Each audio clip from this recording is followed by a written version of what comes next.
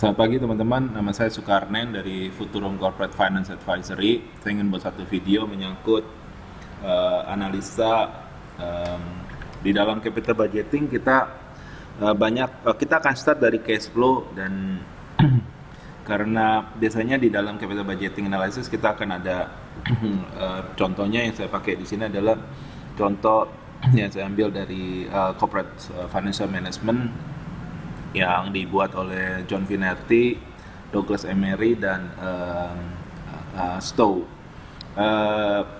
Nah, biasanya kita akan melakukan pilihan antara mesin yang sudah ada, existing, dengan mesin baru.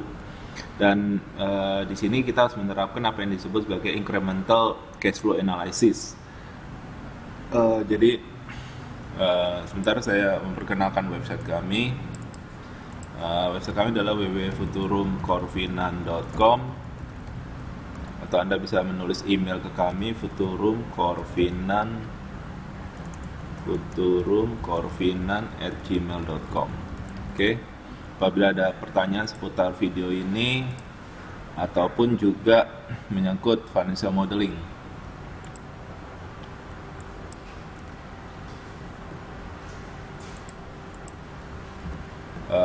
untuk corporate model maupun juga project finance modeling. Oke, jadi di sini kita akan melakukan analisa incremental cash flow analysis. Oke ya, jadi saya akan masuk di cash flow-nya saja ya. Jadi kita tidak akan menyentuh soal masalah NPV, IRR, itu menyangkut kriteria penilaian capital budgeting. Oke. Sini saya akan bagi menjadi 3 section ya. Pertama biasanya kita akan review dulu existing. Jadi sini case-nya adalah kita akan replacing old machine with new machine. Ya, jadi ini case-nya. Kemudian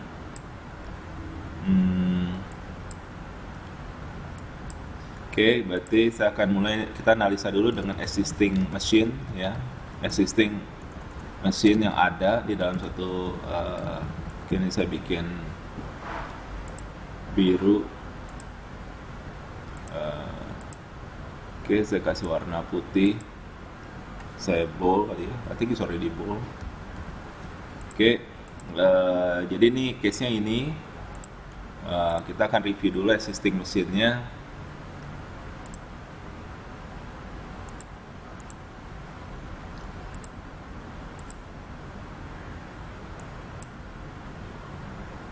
Existing mesin. Oke.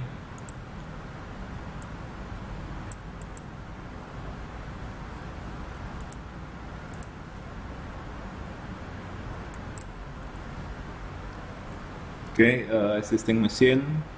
Jadi nanti kita akan bagi menjadi existing mesin, kemudian kita ada new mesin, dan juga nanti kita bisa bagi ke ada impact ya. Jadi saya bagi ini dulu ya, existing mesin dulu kita review ya. Di sini kita biasanya udah pasti yang pertama adalah NBV-nya ya, net book value, atau dikenal sebagai carrying amount. Kita akan masukkan, saya taruh di H ya, misalnya tinggal 1 juta US.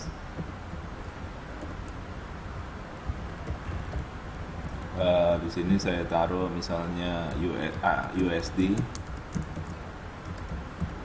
Oke, netbook carrying amount-nya, kemudian remaining useful life-nya,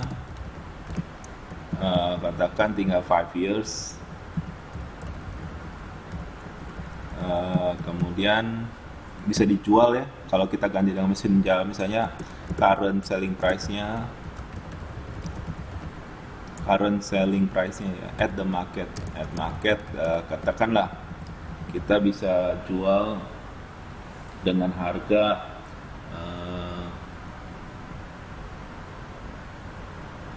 250.000 USD. Oke. Biasanya kalau mesin kan remaining useful life-nya ini adalah mungkin secara ekonomiknya ya, economical. Tapi kadang kalau secara engineering estimate kita bisa jual, kita mungkin bisa lebih pakai lebih lama. Jadi remaining engineeringnya ya, engineering economic apa useful life-nya bisa 10 tahun ya. Biasanya kita masukkan juga ya, kita perkirakan. Kemudian kita butuh apa lagi ya. Oke, I think that's all. Nah, kalau kita menggunakan mesin baru, udah pasti kita akan pertama kita akan cek purchase price-nya dulu ya. Purchase price-nya.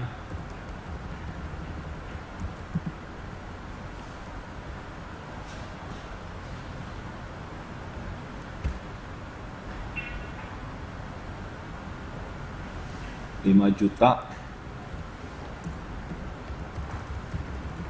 Oke.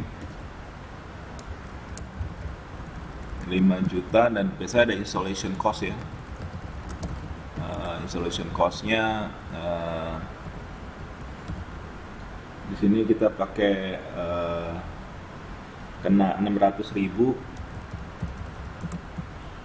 Tetapi biasanya dari 600.000 ini ada yang bisa di capitalize dan ada yang tidak bisa di capitalize. Jadi kita bikin lebih kompleks sedikit. Ini bisa di capitalize to cost, and then this is expand off. Jadi dari angka ini 500.000 bisa kita capitalize, 100.000-nya kita harus expand off.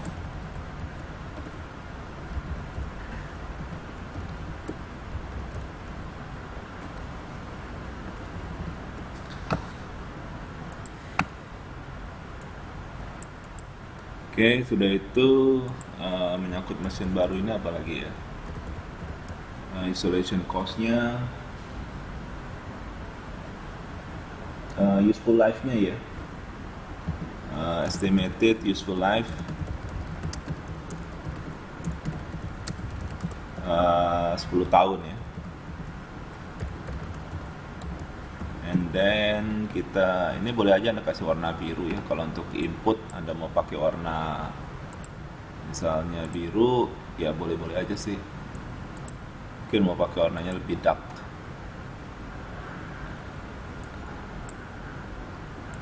Oke, estimated useful life, and then what else? Di sini, oke. Kemudian biasanya ada residual price ya. Residual price-nya, misalnya residual value-nya katakan kita bisa pakai diperkirakan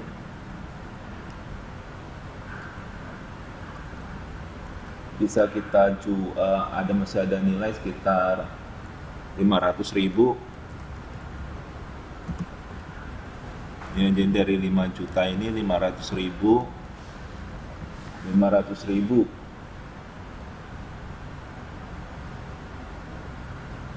tapi biasanya residual value ini mungkin kita asumsikan ini untuk kegunaan depresiasi ya, for depreciation purposes. Tapi mungkin dia punya estimated market price-nya ya, at disposal itu mungkin cuma bisa laku katakan lebih rendah, misalnya 300.000 ya. Oke. Sudah itu kita bisa juga biasanya kalau di disposal itu ada clean up cost ya, clean up cost atau removal cost. Sini kita akan spend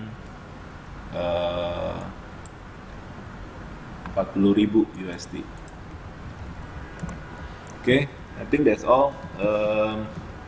Ada information ya, mungkin saya nyebutnya ada information. Udah pasti income tax rate Itu kita pakai 40%. Ya, Anda bisa pakai 25% atau 40%, terserah, tergantung country-nya. Kemudian we can use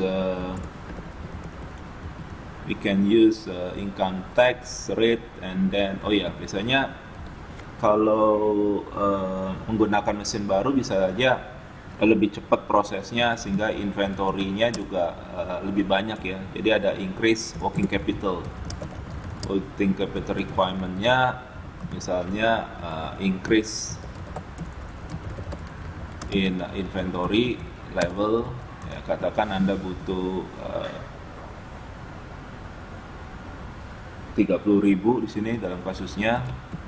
Kemudian ada juga biasanya kena inventory lebih banyak, berarti Anda harus beli bahan baku lebih banyak. Jadi biasanya temennya itu inventory dengan accounts payable.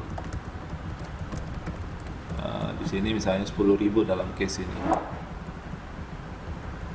Oke, berarti kita udah dapat semua informasinya.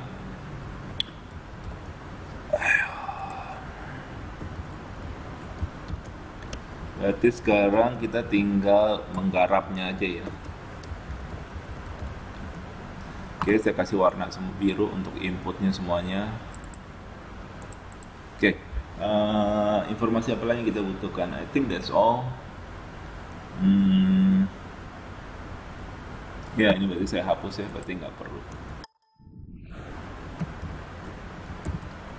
Oke, berarti existing mesin sudah ada, purchaser sebagainya. Oke, kita akan masuk ini, saya kasih rename misalnya assumption. Ya, nanti kita akan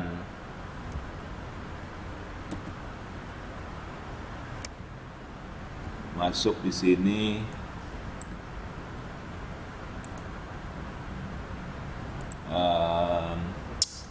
Jadi itu adalah inputnya, nanti kita masuk ke calculation ya.